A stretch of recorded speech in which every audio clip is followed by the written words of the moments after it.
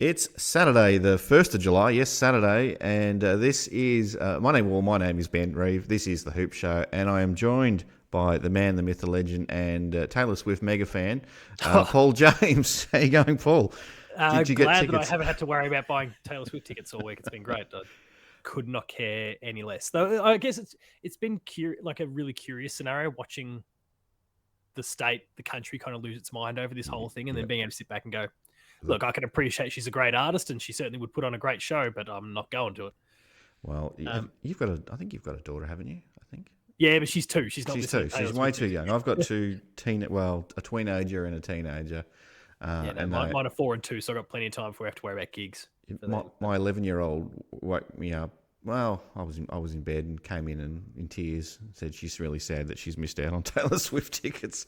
So I was consoling her for about 20 minutes. There's always additional opportunities. They'll crop up. Oh, that's what I said to her. She's coming back. So anyway, I was at a Nintendo event yesterday. Yes. And there was like games media people that I know well that were standing there whilst trying to engage in this event that was going on, also keeping the refresh going to try and get themselves Taylor Swift tickets.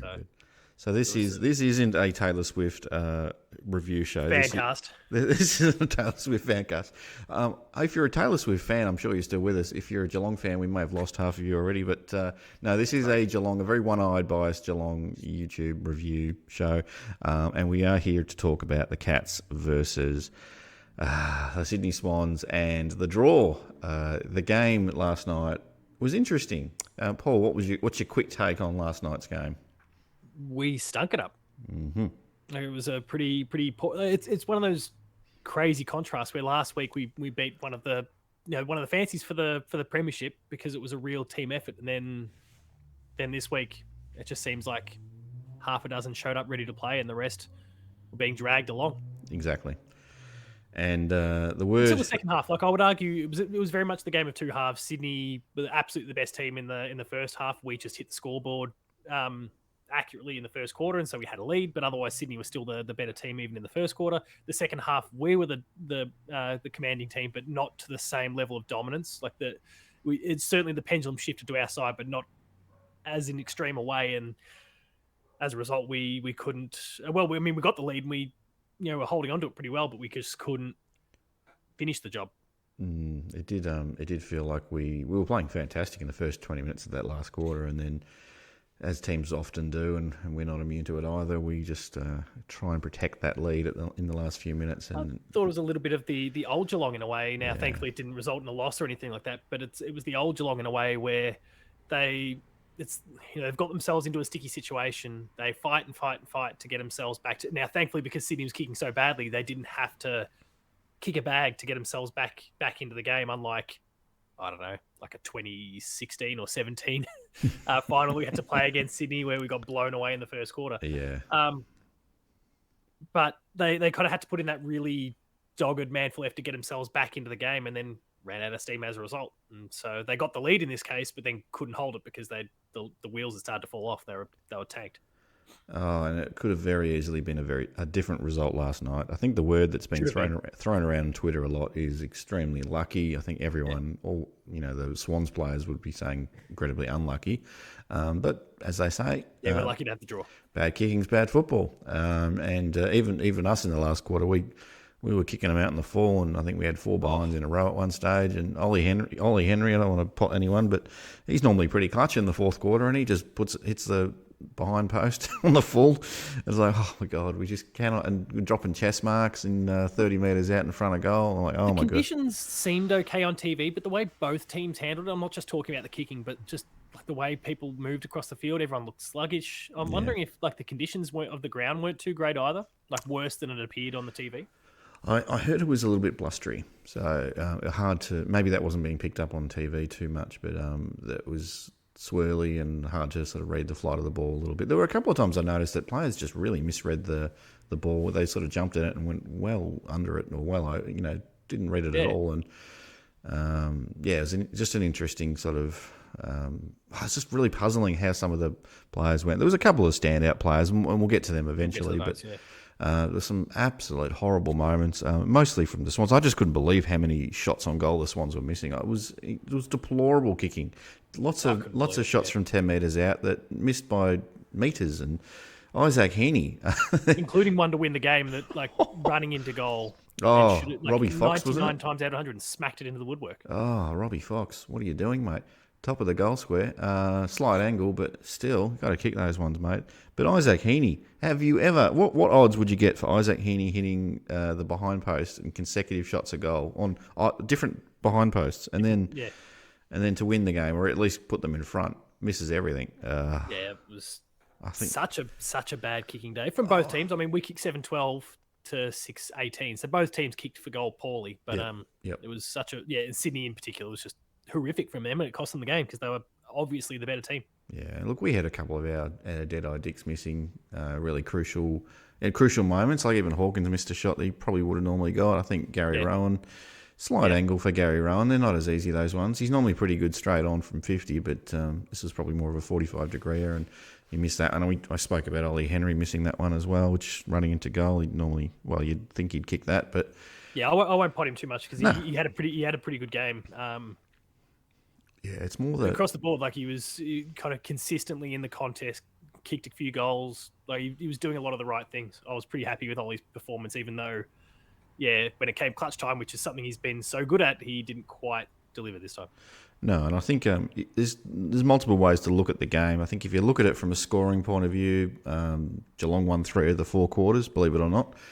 If you just look at it from the eye test, though, Swans won 3 of the 4 quarters. Except for that, maybe I'd say 2, but maybe 2.5. So we had them on toast for the fair bit of that fourth quarter there. They absolutely destroyed us in the second quarter and should have been well on top in the first quarter. But it's just the bad kicking. And as coaches will always say, you're not going to criticise a player for a skill execution. You generally criticise them when they don't go hard enough or they don't do the team thing or play to the system that you talk about all week.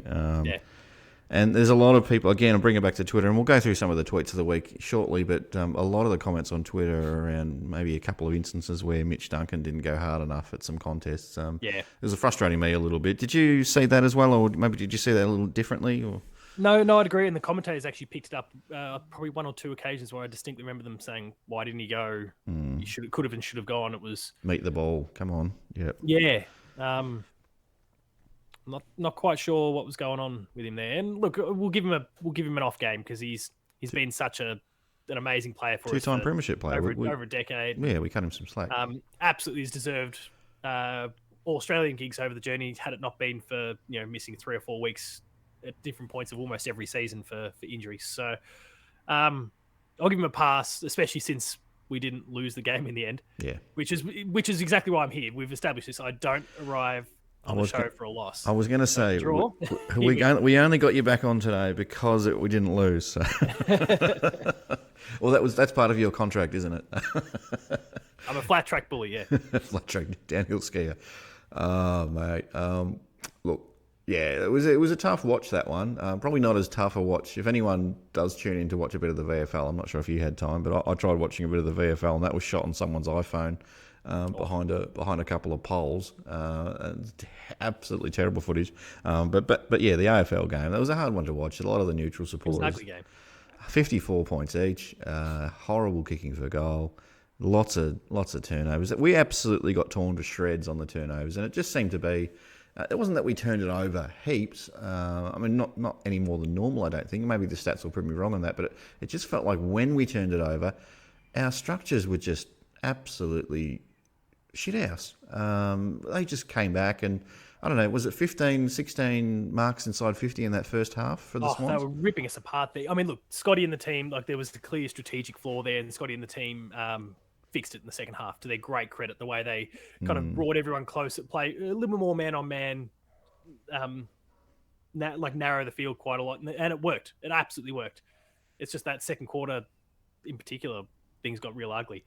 I'm just trying to skim through the stats now. Turnovers for the Cats, 66. Our average is 67, so technically we're below average. At disposal, efficiency was problematic. 67%. Our average is 70.2. Efficiency inside 50, 44. Normally 49.6. So we'd kind of in some of those polishing ending moments, that's where we really flubbed it. But the glaring indictment, this probably reflects, I don't know, it's probably a combination of that strategic decision early on with the defense, but also perhaps the midfield output. Sydney's efficiency inside 50, where ours was 44, theirs was 64, and their average is 49. Their average is about the same as us, but we gave away an extra, like quite a lot, 15% there. So Yeah. we weren't clamping down defensively, and in the midfield, we were giving it away far too easily. I was chatting with Which Riles reflects Mack. in the uncontested disposals too. Yeah. They obliterated us in the uncontested possessions. I was chatting with Riles Macker, Swans supporter and a big YouTuber. You had him on the show during the week as well. I was chatting to him after the game and just saying, goodness me, the Swans play the SCG really well when they're on, and they're really good at phone box footy. In that smaller ground, they just seem to have all this room. And it felt like, if the game was played at the MCG, we would have absolutely smashed the Swans. I strongly feel that way. It's just that we just couldn't find space, and every time I couldn't It's believe. the issue a lot of teams have when they come to Geelong, though, admittedly, for different reasons. But Yeah, I just felt like, and he just said, yeah, I pretty much agree with that. Like the Swans were fantastic, but just like any other 100, you play that game 99 more times, and the Swans win that game. It's just. Yeah. I don't know. It was one of the worst kicking for goal performances you've ever seen. I did enjoy the camera panning up to the Sydney coach's box, and you'd see Buddy sitting there just tearing his hair out because he would not he's perhaps in the final moments of his career at this point, but he would not be missing some of those shots. No. So. I'm going to slightly disagree with you. Not completely disagree with you, but you mentioned the coaches fixed something up at halftime. I would argue that they should have seen the signs and addressed it at quarter time because it was definitely happening in the first quarter. And I was saying, because last year, this was Geelong of last year, we would see a problem and we would address it immediately and it would be resolved at the next break. It just was allowed to happen and get worse in that second quarter, and that's ultimately where Swans were able to build a lead and made it really hard for us to A, get back in the game, and then B, hold the lead. And I just felt like, we addressed it in the second half, and clearly that's like, why weren't we playing that way for the first 60 minutes of the game? I get it that you have a quarter and you don't have a chance to communicate these messages to the players and explain to them what's actually happening, but I saw the signs, and I'm not an AFL expert. I could just say, look, there needs to be something that's got to be addressed here. And they, for whatever reason, maybe the players just it wasn't working for them, or they needed to make more tweaks. But they made that tweak in the third and fourth quarter, and it worked. It's just, I wish they did it sooner. That's all. It made, and look, I don't want to sink the boots in too much because he's just come back from injury. It made Asava look really bad. Yeah. Yeah, it did. Now, he was much better again. Once they kind of played that more man-on-man role, there was a few brilliant spoils from him in particular. Saving on the goal line. There was some where it was what we'd seen early in the season where he'd be tailing his man to the contest because he's so big and he's got that leap and those long arms. He'd be basically diving and reach around and get that spoil, and it would look brilliant. He was so much better in the second half, but the way that Geelong structured up and played in that first half made him look horrific. He looked all at sea, had no idea what was going on. Was letting what's his name? Logan McDonald. Letting him lead up uncontested. Inside 50. It was awful. Here's one for you. If we're picking a grand final side, let's just say, let's fast forward to grand final day. Geelong's in the grand final. Somehow we make the grand final. Are you picking Asava to line up in the back line in the grand final right now? No. As good as he is one-on-one, I can't do it. Not right now. No, I think he creates vulnerability structurally. And whether that's... Look, I don't... Again, I think he was made to look bad by the way that the team was playing and the way it was structured. So I don't necessarily... He should have cottoned on to what was going on and been a bit more accountable for his man. Yep. But I don't necessarily blame him too much for last night. But it goes back to the issues I've had previously where he plays the defensive role too often like a tall forward, and so he tries to burst through and crash the pack and market. Yeah. Ball comes down. Papley in particular last night was just buzzing around, got so many opportunities, some that was so unbelievably predictable, where he was kicking goals, having shots, passing it off because the ball was falling in his lap, and it was because of things like Asava just breaking a pack open, destroying it, putting everyone on the ground, but of course the smalls are there ready to go. Oh, as a forward, whether it's Whether it's your forward that's crashing the pack or the opposition, you're happy as a small forward if that's happening. Like you're giving yourself a 50-50. Yeah, it's a 50-50 chance at getting a crumb, and that's what they make their money on. That kind of footy. So yeah, it's a harder thing for us to say, sitting here watching on the tally and say, "Oh, Savi, you should have done this, should have done that." But he's such a unit, he could spoil that thing 50 meters though. Like, yeah, he could, couldn't he? Just lead with the fist, mate, and just absolutely destroy that ball. There was a contentious decision paid against the Swans where someone spoilt. I can't remember the Swans player's name, but he punched it. He spoilt the ball, I think, and it went about 3 rows back. And I'm sitting there thinking, really? Geelong? Oh, I'll take the free kick, but really? No, I didn't agree with that call. So yeah, but there were some other contentious free kicks, and there you go. We're not as one-eyed as you claim. Let's talk about the Paddy Dangerfield. Play on. Like he's lining up for goal. That's a bad goal. 30 metres out. The other umpire behind him just waltz up and says, "Oh, Paddy, you're off your line a little bit." And Paddy's like, "Oh, what?" And then all of a sudden, the other umpire says, "Play on." I'm like, oh my god. And you couple that with the fact that when he first got paid the free kick or paid the mark in the first place, Malikan knocked the ball out of his hands. Yeah. The clock's already running as well. Now, the argument that the commentary team made, and ultimately that itself is probably a 50-50 call because it was a kind of contentious didn't he mark it in the first place. But the argument is that it should have been 50 metres regardless, and then he wouldn't have missed it no matter how rushed he was. Well, maybe it's Paddy Dangerfield. But in front of goal. But setting that part of it aside, yeah, the two umpires were, but like clearly the umpire who called play on was busy dealing with the man on the mark and wasn't aware of the other one that was talking to Paddy and getting him to fix up his line and all that. And so there was no, and then it just looked at the clock and gone, time to go, mate. Where was the 5-second warning? Well, 15 seconds, whatever it was, yeah. Like, come on, your time's running out. And I think Chris Scott said in his presser that the Swans players know where the scoreboard is and keep one eye on the 30-second thing, whereas maybe Geelong didn't know. So maybe that was a slight dig at Paddy for not being aware of how long he had. But I'd still say, I mean, the commentators were on Paddy's side. They were saying, well, hang on, one umpire's in one ear talking to him, and then all of a sudden it's like, no, play on. So hang on. And you're right, they didn't stop the clock when he had the ball knocked out of his hands, which should have been a 50 as well. But yeah, so that one I can sympathise with the umpires and say, look, it was a 50-50 contentious call as to whether he did or didn't mark it. And I'd argue he didn't actually, like, it shouldn't have been a mark. Okay. There was, who was it? Ollie, someone flew in front, maybe Gary Rowan. Yeah, Ollie or Gary, Henry. I think, one of the two. Yeah. One of those two, like, they absolutely got hands on that on the way through. And Paddy got it second bite and made it look really, really good because he was, right there with them, but it definitely wasn't his hands to it first. Yep. So I can understand Malikan's decision to, hang on, no, it's played, like, this is still in play, spoiled, knock it out of his hands, but yeah, that played a part in the whole thing as well. Didn't happen. And there was another one where Paddy was not the umpire's favourite this night.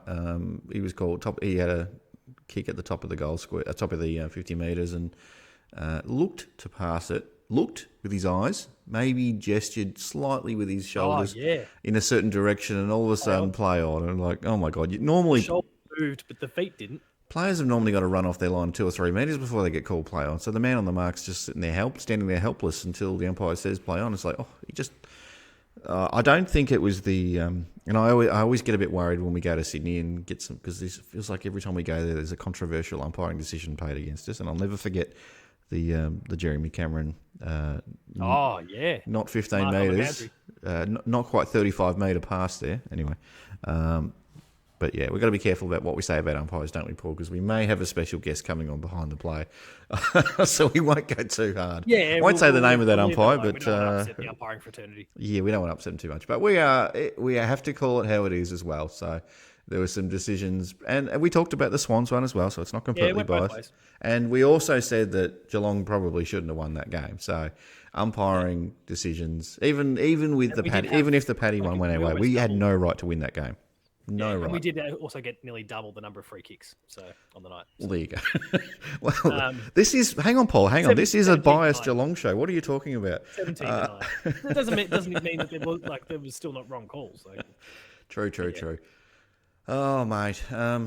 Who else? Should we have a look at some of the tweets of the week? I think we should. Yeah, let's take a look at those and get some ticks and crosses. So let's get some ticks and crosses, I think. So Gretzky says, I was at the 2020 grand final and somehow this was still more frustrating to watch. Yes, I agree with that. It wasn't the greatest game. More positive one, Rel Mundus Decky says, a draw in alien territory is kind of like a win. I'd probably agree with that. It's hard to win away. It's hard to win in the state. Do you take the 2 points? I wouldn't say, again, we don't deserve it, but do you take it? I'll take the 2 points simply because we didn't deserve the 2 points in the first place. So, and it does take, not that it was really much of an issue for Geelong anyway, but it does take percentage right out of the mix now. Yeah. JS says, Myers fantastic. Henry mopped up a lot of poor turnovers. Stewart cleaned up his act. Atkins was bullish. And Tanner Bruin, a great evasion, needs to work on his kicking. Also with the cross, he says, Tui, Duncan and Smith, turnover city. Tui, yeah, we talked about Tui on last week's show. His set shot kicking seems to be a bit more of a problem. He feels like he's got a bit of the yips at the moment. Twirling it around, like maybe Zach, if you're watching, let us know. Yeah, was not twirling the ball around, and there wasn't as much like. There was you called him out on that. Yeah, and that's what I meant. That was like I called him out on that last week, and then I noticed straight away, hang on, there's none of that twirling going on. Maybe Zach's watching and listening. He's watching the show. You know he's watching the show. He can't wait to get us to 1,000 subscribers. And while we're talking about that, let's just pull up the graphic here, if I can somehow. Where's the Brad? There's Brad Close. We're nearly there. Well, we're slowing down a little bit, but we're getting there.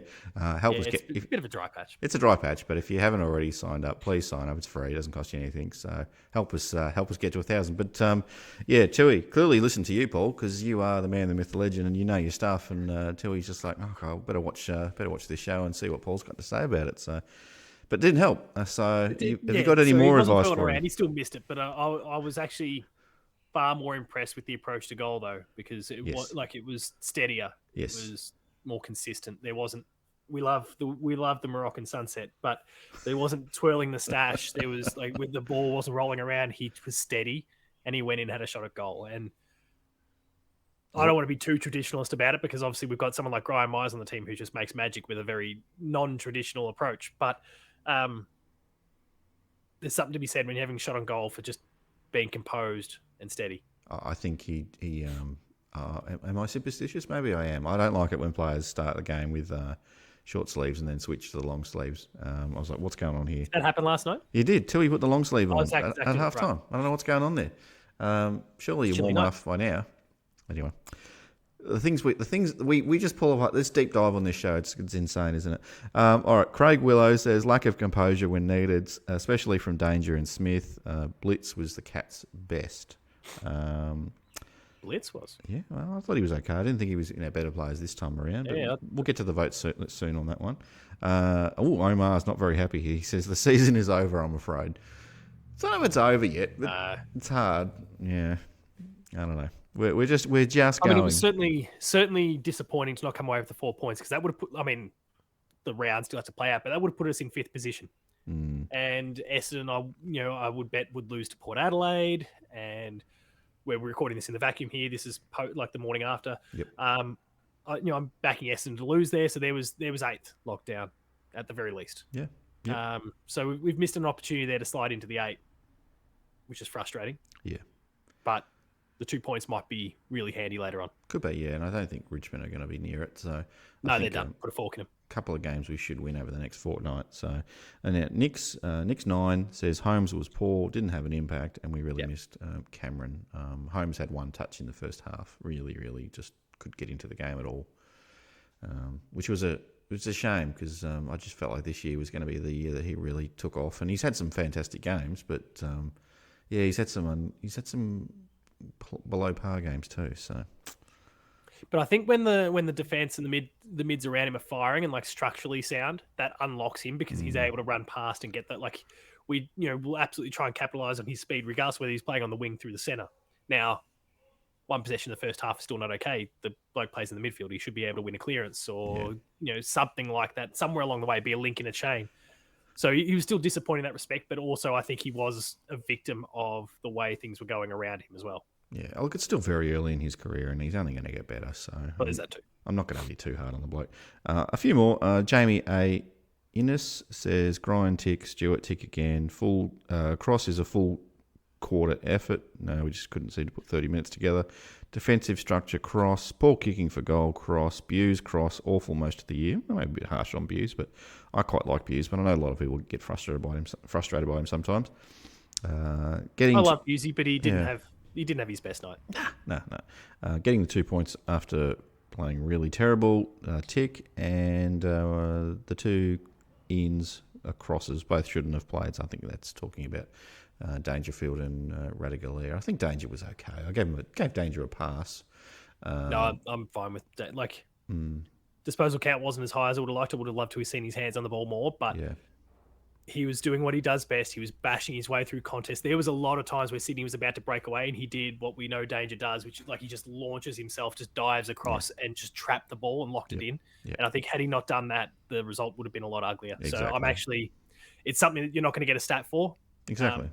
But I thought that was really valuable. I'm going to see if I'm checking the advanced stats and everything now for one percenters. I'm going to see. Oh yeah, that one. Because I feel like I'd like to think that's something that gets registered as a one percenter. Yeah, it should. Where the hell it is on this AFL. It should. While you're looking at that, I'll go through a couple more. Nick says a Tick hung around when it wasn't going our way. Yeah, I think that's pretty good. I think sometimes good teams have got to win ugly, and it clearly doesn't get registered as a stat because he's got 2 1%ers for the night. Okay. Reece Stanley with 7. Well, there you go, Reece. Good on you, Reece. Stanley with the most for the Cats. No, that's good. Tom Atkins a Tick. If ball was needing to be won with my life on the line, he would be my champion. And big tick for Gary Rowan's pressure. Gary Rowan's another one that's you expected big things from Gary after last week with the 10 coaches' votes, but he was very quiet. And one more. Got into the game as it went on. Got into the game. Yeah. Let me go with one more. And, I mean, he saved us once or twice too. Remember that play by the wing where he took on 3-1? Yeah. I thought he was still a tick. Not this profound impact like he's had the last 2 or 3, but okay, did his job. If everyone else was, he would have looked a lot better, I think. So, last one. Maddie says Smith has lost the plot. Holmes WTF, and Bruin tick and Atkins tick. So a few people on the Twitter, as I mentioned, not super happy with Isaac Smith's game, and another one you probably want to cut a bit of slack to, because as frustrating as it was, that drop chest mark, he's won four premierships, only one with us, but we'll forget about the other 3 he's won. He was BOG for us that day. He was actually. BOG. Yeah, it's pretty hard to pot a player that's helped you win a grand final. But not his best game. Did a lot of good things, but there's some moments there. He still had a pretty good season. Yeah, he's had a pretty good season. He was important, especially early on when we were really struggling. He was still firing. Yeah. Do you think he needs a rest? He doesn't like a rest. It's well known that Isaac Smith doesn't like being managed, but do we rest someone like him over the next few weeks? Do we? No. Your boy in the VFL, Mitch Nevitt, played really well again. He's 33 tackles in the last 3 weeks. We've got to get Mitch Nevitt back in the side. Surely you've done enough to get a recall, and there's there's got to be a couple of players coming out after that loss. Not a loss. Well, it feels like a loss. Jack Bowes is the sub. Mm-hmm. I don't like that they're doing that. Now, I want him in the team. I don't like that they're using him as the sub. I think he needs to be starting 22. Every time he's come on, he has been important. He has held his opponent if he's had to play a defensive role. He's been there at the coalface. I mean, last week against Melbourne, he was thrust into the midfield and was doing an exceptional job in there. I want to see him starting on the field. Who would you put as the sub? Again, that question, and if it's grand final day, who's the ultimate sub at Geelong? I think it's going to be Parfitt this time around. No. I'm just bringing up the lineups from last night just so I can kind of jog my memory. I'm trying to think. It has to be someone that can can play mid and multiple positions. Is it maybe our boy Isaac Smith right now? Ooh, could be. I don't think he's done it before, has he? I'd be thinking of Mitch Nevitt or something like that. I know it's a bit of a left field one, but sorry, I guess I was thinking of last night's team and who. Yeah, sorry. Given I'm saying okay, I wanted to see Bowes starting on the field. Then who am I ultimately flicking out? And I would, not based on last night's effort, but I would say Isaac Smith's like a perfect fit for that because he comes on, he's explosive. He will, he can play pretty much any position on the ground. Like he can play up the defensive end. He gets on the scoreboard playing as a forward if he needs to, but he's also the wingman. Like he can do it all. Yeah, he can run, and with just that burst. Oh, we haven't tried him on the. We haven't tried You him can make on. the argument for Zach Tui as well in a similar sort of through a similar sort of capacity. Yeah, it just seems to be we're playing the kids as the sub. It doesn't seem to. We haven't experimented with playing a more senior player in that role, other than maybe I can't remember. I have to go back through all the games and see. The grand final was about it, really. Parfitt and anyone who's been a slightly more of a veteran status is coming on as a sub for us this year. I mean, you're subbing players out; that's a different thing. But yes, Radagalair got subbed out. I think that was a strategic sub. That one, maybe they could have argued we were just managing him off that hamstring injury, but just seemed to be. I actually didn't realise that Radagalair was the sub. Yeah, he needed to come in. I think it was the right decision just to get a bit more speed on the ball, but I don't know. Ultimately, it didn't help us get the win, but it is what it is. All right, put us in front. Yeah, put us in front. Who have you gone with your 3, 2, and 1s for this week? It's a little. I found it a little bit hard. Like last week, I was much more. It was much more choices. I don't think we had as much choice this time around. So I guess the only thing that we've got in common is that we've both agreed that Brian Myers gets the 3 votes. Yes. There. I think Brian, 27 touches, a goal, sold the candy there at 3 one goal point. Assists. Beautiful. 3 goal assists, was it? Quite a few times. It was, Nice. Okay. And there should have been more because honestly, he put it on silver platter for a few people and they'd drop marks or they'd miss the shots. So he could have and should have had probably 5 or 6 really at the end. Yeah. By the end of the game. That was obviously no fault of his own. So easily, we're completely in agreement with Brian Myers, and it'll be interesting to see what the Roll of Honour poll comes out at when we put that out later today. He'd be rapidly climbing, I would have thought. I want to get him on the Roll of Honour poll. I want to get him there. Yeah. Who'd you got in second? 2 votes. Considering some of the tweets, this is going to feel a bit more controversial now, but I got Zach Tui there. Got a lot of the ball, lots of inside 50s. Still really evasive. Didn't really get wrapped up too many times. Didn't give the ball away too often. I hear the commentary around the turnovers and those sort of things. His disposal efficiency was still 72%, so it was still above the club and league average and league average. There might have been like 1 or 2 that maybe poor moments, so it made his game look worse as a result. But I thought he played a pretty solid game. And my one, because just especially when the Swans were firing early on, he was the guy that kept us afloat. You did. Jack Henry with 1 vote. Yeah, Jack was great. I couldn't quite squeeze Jack Henry in for a vote, but I wanted to. Look, my 2 votes. You can't help but give your 2 votes. Your 2 votes to that individual who just got the man crush on. Man crush. My wife absolutely loves him. Her favourite player, Tom Atkins, the Axe, 11 tackles, does it week in, week out. He seems to be lifting in the second half of the year as well. He's maybe a little bit quiet, fair to say, the first half of the year, but he's coming into his own again, so that's good. I'm happy with Tom Atkins. It was a little bit of a coin toss whether I'd have Tui as the 2 votes or Atkins. I think there was even 1 or 2 others. I might have Jack Henry, and SDK definitely belongs in the conversation as well. Yeah, but again, that's a bit split on Twitter as well. Like a lot of people saying, and Matty Lloyd was even saying he's a shadow of the player he was last year. So it's a tough one. I don't think we're going to get agreement here. You wait till I put the poll out for the 4 players, and I can only put 4 names on the Twitter poll. Every single time I get caned for saying, "I can't believe you left out this player."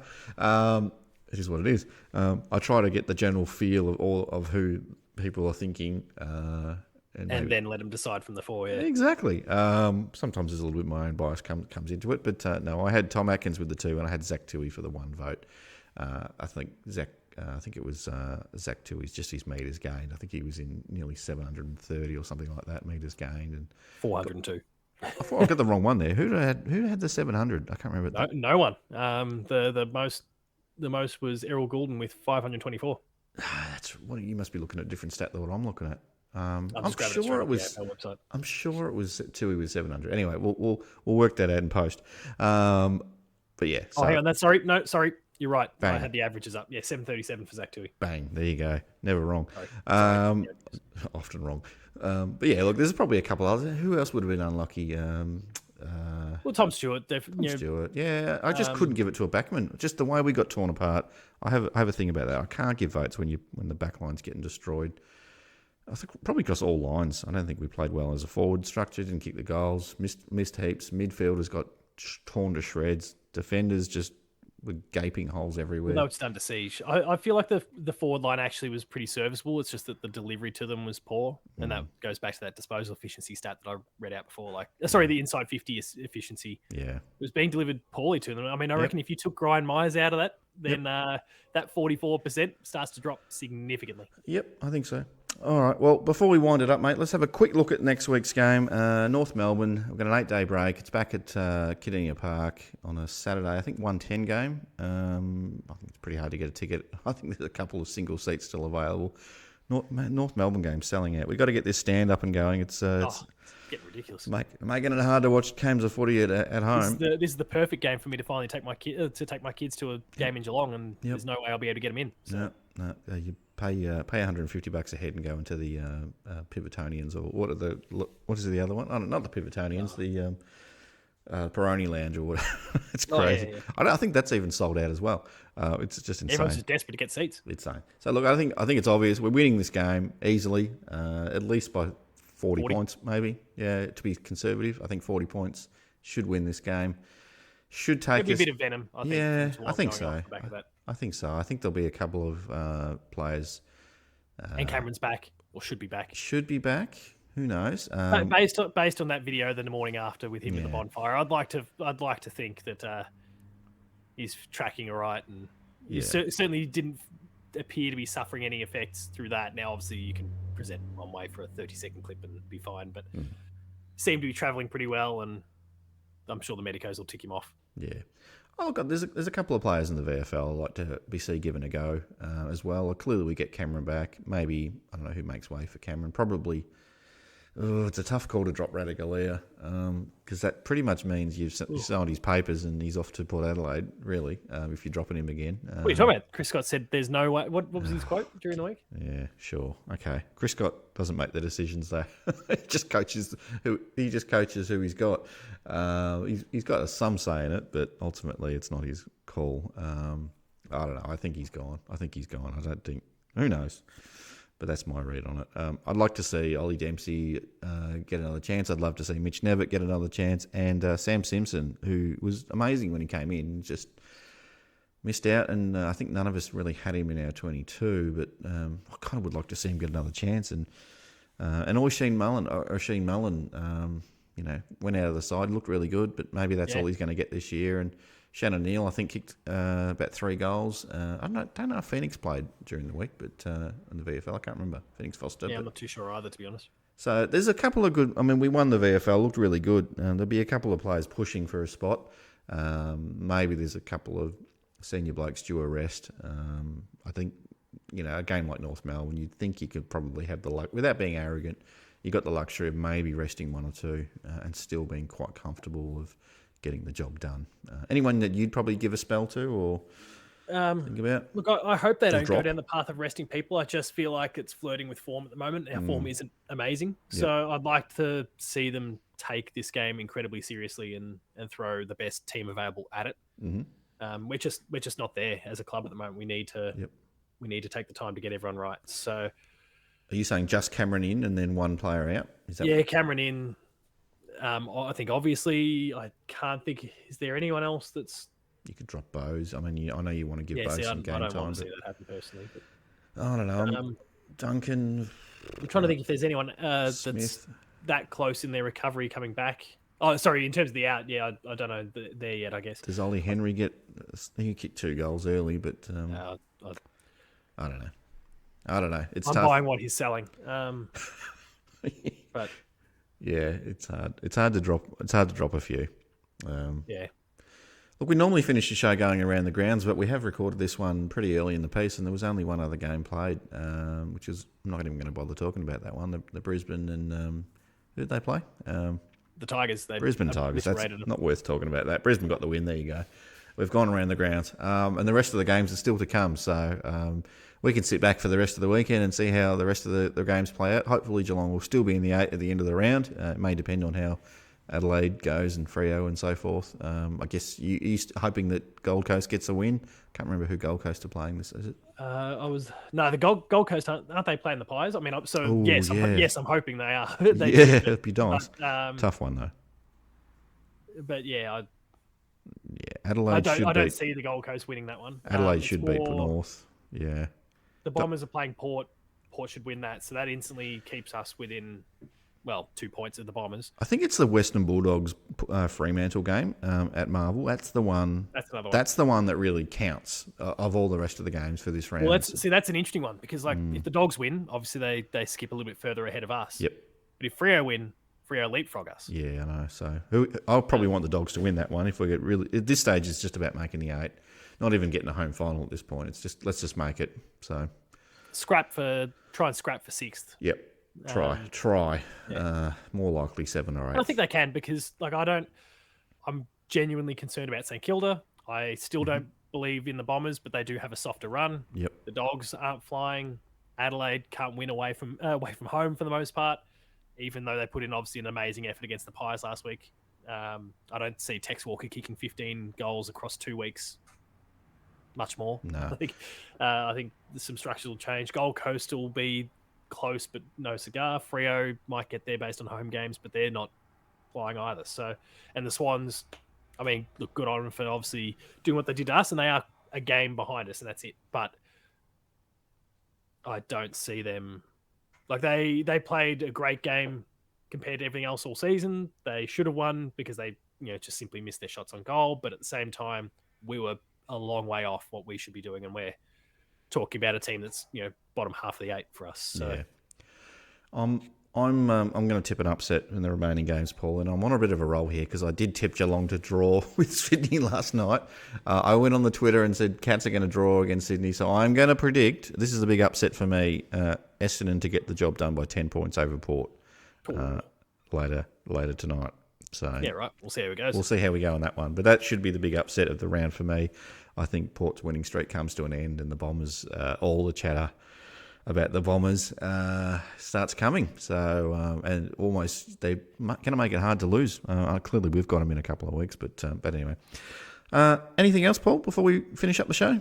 No, that's it for me. No, make sure you check out Paul's Behind the Play show with Riles Macca, and even before that, I think we had Daz Talks Footy as well. Daz Talks Footy as well before that. Blokes. So 2 of those episodes were really great, so make sure you check those ones out. So a couple of people from other side of the fence, but big YouTubers, and got a lot to say. And really, really interesting chats, aren't they, Paul? So it's one of my favourite things. Is these sort of interviews, whether it's Behind the Play or whether it's my Dev Diary gaming stuff, like getting to sit down and pick the brains of people. Yeah.